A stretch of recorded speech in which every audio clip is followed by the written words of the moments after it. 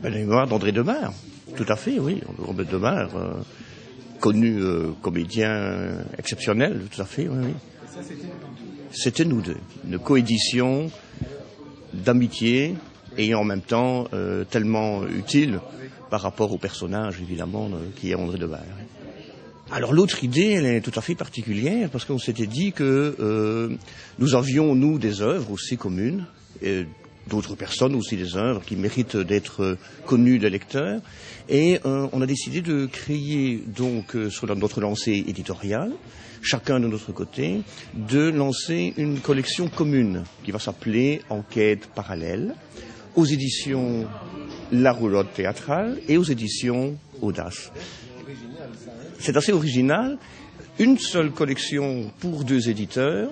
Donc on a une ligne de conduite parallèle, comme l'indique la collection. Et la particularité, c'est qu'on va essayer de toucher un champ de lecteurs assez important, parce qu'on va permettre aux lecteurs de pouvoir télécharger sur notre site respectif les œuvres ainsi éditées en commun. D'accord, mais deux œuvres avec deux auteurs différents, bien entendu.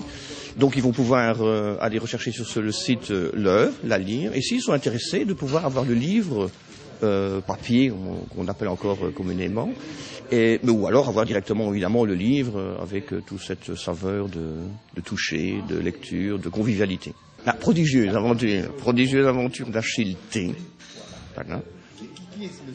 Bon, Achille T, en définitive, c'est un jeune homme qui est en quête d'emploi, de travail, qui a une nature assez naïve vu son jeune âge, et qui est féru d'enquête justement, hein, enquête policière, d'investigation, etc. Et il a l'occasion de tomber dans une société d'assurance qui emploie des détectives. Et il va être donc embauché parce qu'en définitive il coûtera pas cher, hein, bon, naïf il ne s'en rendra pas compte, et il va alors avoir toute une série d'aventures, en effet, particulières sous la protection de son chef de service, le dénommé Jamard, et là il va découvrir le monde. Par l'intermédiaire de meurtres, l'intermédiaire de misère humaine, de tout ce qui fait les facettes de la vie.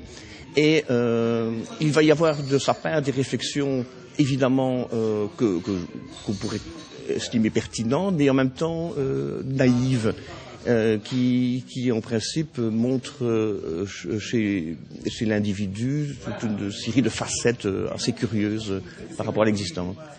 C'est candide, tout à fait, oui. Modestement.